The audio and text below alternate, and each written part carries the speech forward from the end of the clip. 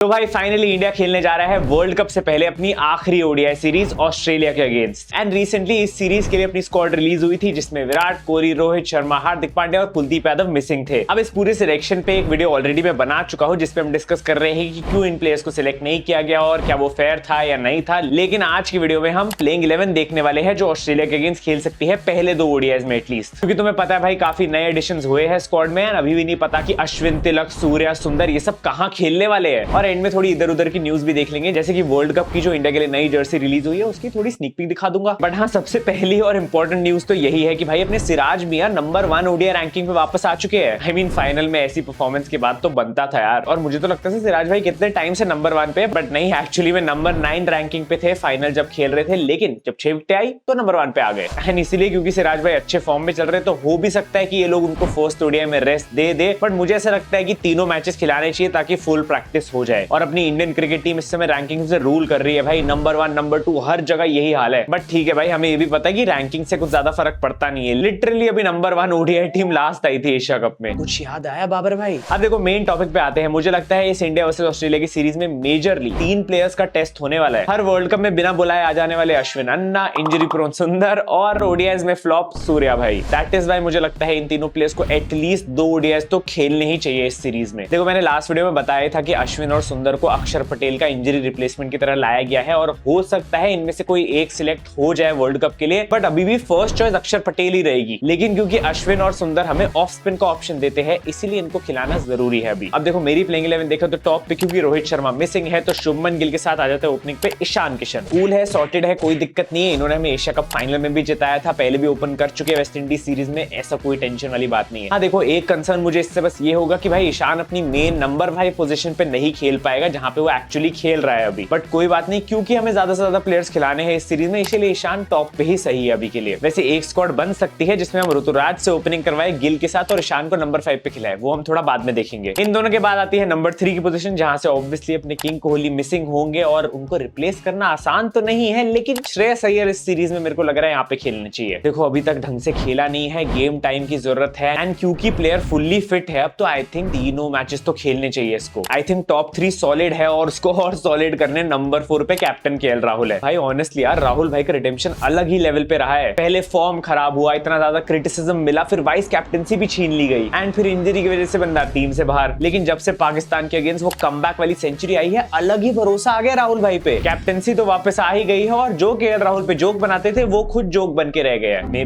मेरी तरफ क्या देख रहे हो? मैंने कभी जोक नहीं बनाए। अब तो सच बोल दे।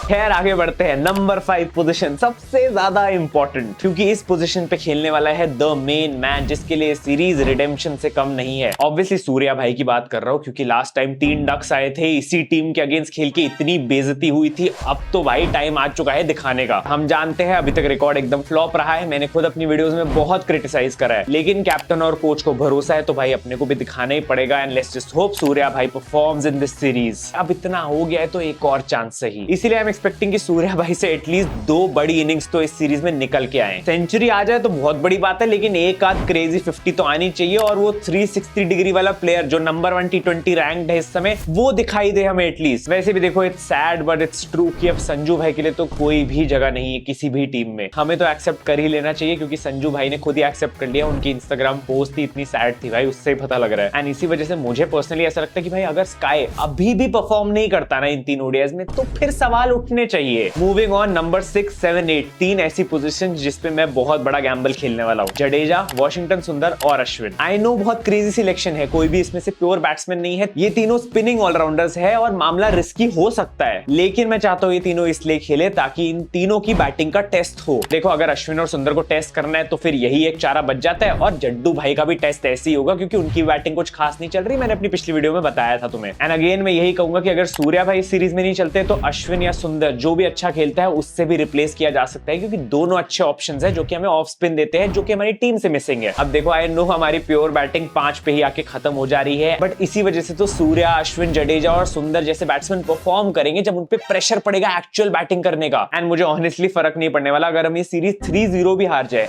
एज लॉन्ग एज हम लोग 8 अक्टूबर को ऑस्ट्रेलिया के अगेंस्ट वर्ल्ड कप में जीत रहे हैं। इन दी एंड देखो वही तो मैटर करता है, बायलैटरल जीत के हमने क्या ही उखाड़ लिया अभी तक। तो ये मेरी टॉप 8 होने वाली है। उसके उसके बाद 9, 10, 11 पे अपने पास शमी, बुमराह और Siraj, full throttle pace attack. देखो I know Shardul is a good option as well, but Mohali की पिच है भाई, यहाँ पे पेस फुल काम में आने वाली है और अपने तीनों बेस्ट पेसर को खिलाना चाहिए। ठीक है हाँ सीरीज हार जाए चलेगा, लेकिन बेइज्जती भी नहीं करानी, तो अपनी पेस अटैक तो अच्छी होनी चाहिए ताकि उनको भी थोड़ा कंपटीशन मिले। वो तो अपनी फुल स्ट्रेंथ से आ रहे हैं, Steven Smith, David Warner, Mitchell Marsh, Glenn Maxwell सब है टीम में। तो भाई पहले 2 ओडीआईस के लिए मेरी प्लेइंग 11 यही होने वाली है। एंड देखो ऋतुराज गायकवाड़, तिलक वर्मा और प्रसिद्ध कृष्णा ये तीनों वैसे भी वर्ल्ड कप की स्क्वाड का पार्ट नहीं है, तो मुझे नहीं लगता इनको खिलाना चाहिए। तुम्हें स्क्वाड कैसी लगी या कोई चेंजेस सजेस्ट करने हो तो मुझे कमेंट्स में जरूर बता देना। अभी देखो फर्स्ट ओडीआई में मुझे भरोसा है श्रेयस अय्यर सबसे अच्छा परफॉर्म कर सकता है, तो आई थिंक मैं क्रिकेट एक्सचेंज फैंटेसी पे उसे ही कैप्टन बनाऊंगा अपना। स्पेशली देखो इस सीरीज के लिए नो लॉस कॉन्टेस्ट मिल जाएगा तुम्हें क्रिकेट एक्सचेंज फैंटेसी पे, जहां पे तुम्हें 100% विन गारंटीड है। और उसके लिए तुम्हें सिर्फ 20 रुपीज वाले मेगा कॉन्टेस्ट को ज्वाइन करना है, अपनी फैंटेसी टीम उतारनी है और मस्त जीतना है बस। जितनी ज्यादा टीम्स उतारोगे उतने ज्यादा जीतने के चांसेस है, क्योंकि लॉस तो है ही नहीं। कैप्टन में श्रेयस भाई को रख रहा हूँ और वाइस कैप्टनसी में दे रहा हूँ डेविड वार्नर को, बहुत ज्यादा अच्छे फॉर्म में चल रहा है अभी ओडीआईस में। साउथ अफ्रीका के अगेंस्ट काफी अच्छी परफॉर्मेंसेस थी। तो मेरी फैंटेसी टीम ये होने वाली है। अगर कोई चेंजेस होते हैं स्क्वाड से रिलेटेड तो मैं टेलीग्राम पे अपडेट कर ही दूंगा, और तुम भी रेकमेंड कर सकते हो कि मैं क्या चेंजेस करूं, क्योंकि कभी कभी मेरी टीम्स थोड़ा हक भी देती है। लेकिन हाँ पहले अपनी टीम बनाओ, क्रिकेट एक्सचेंज फैंटेसी को डाउनलोड करो डिस्क्रिप्शन वाले लिंक से एंड कॉन्टेस्ट ज्वाइन कर लो। अब देखो ये तो एक प्लेइंग 11 होगी जिसमें बैटिंग थोड़ी सफर कर रही है, लेकिन 3 पेसर्स और 3 स्पिनर्स है, बॉलिंग टॉप क्लास है। बट मैं तो कोच हूं नहीं और मेरी कोई सुनेगा नहीं, तो इस टीम से तो नहीं जाने वाले ये लोग। कुछ तो चेंजेस होंगे, तो हो सकता है ये लोग अश्विन या सुंदर में से किसी एक को खिलाए और एक एक्स्ट्रा पेसर के साथ जाए, क्योंकि स्पेशली फर्स्ट ओडीआई में थोड़ा पेसी ट्रैक है, अपने पास हार्दिक भी नहीं है। यानी एक कॉम्बिनेशन ये हो सकता है विद 4 पेसर्स, इसमें भी बैटिंग वीक है। और अगर बैटिंग स्ट्रॉन्ग करनी है तो एक और कॉम्बिनेशन है जिसमें ये लोग तिलक वर्मा को खिला सकते हैं नंबर 5 पे, 6 पे सूर्या और फिर से अश्विन या सुंदर में से कोई एक 8 नंबर पे, 7 पे जड्डू। अब ये 2 एक्स्ट्रा कॉम्बिनेशन और है, और एक और पक्का लास्ट कॉम्बिनेशन बताने दो। ये थोड़ा अजीब कॉम्बिनेशन है, लेकिन इससे ईशान अपनी पोजीशन पे खेल रहा है, यानी गायकवाड़ और गिल ओपन और ईशान एट नंबर 5। कभी कभी सोचता हूं इतना दिमाग जो मैं इंडियन टीम के कॉम्बिनेशन बनाने में खर्च करता हूं, अगर मैंने थोड़ा सा पढ़ाई में कर दिया होता तो मेरे माँ बाप खुश होते मुझसे। हमने पैदा नहीं किया तुम्हें,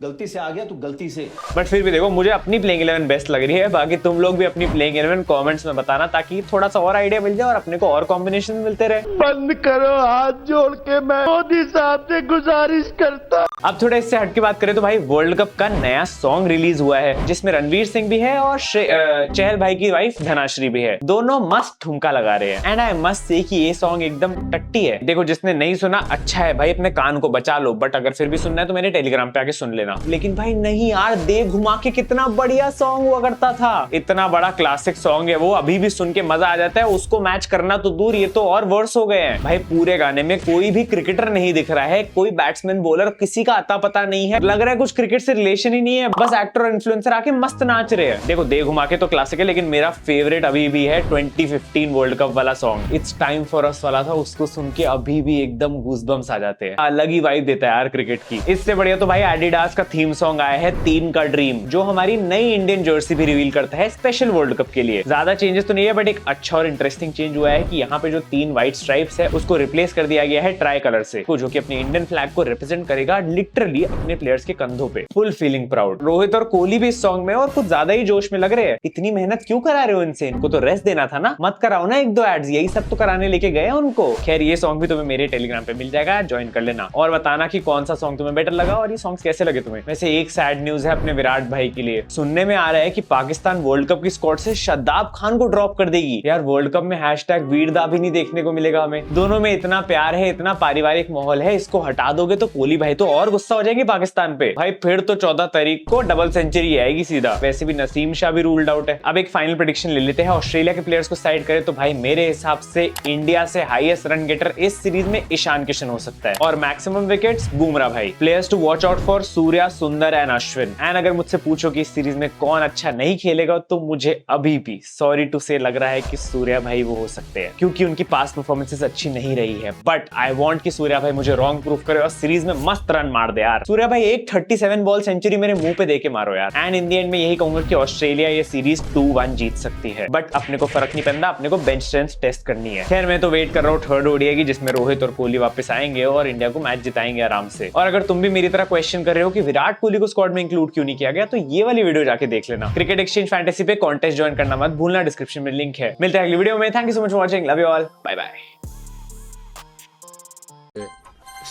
Skip. But when does this get good?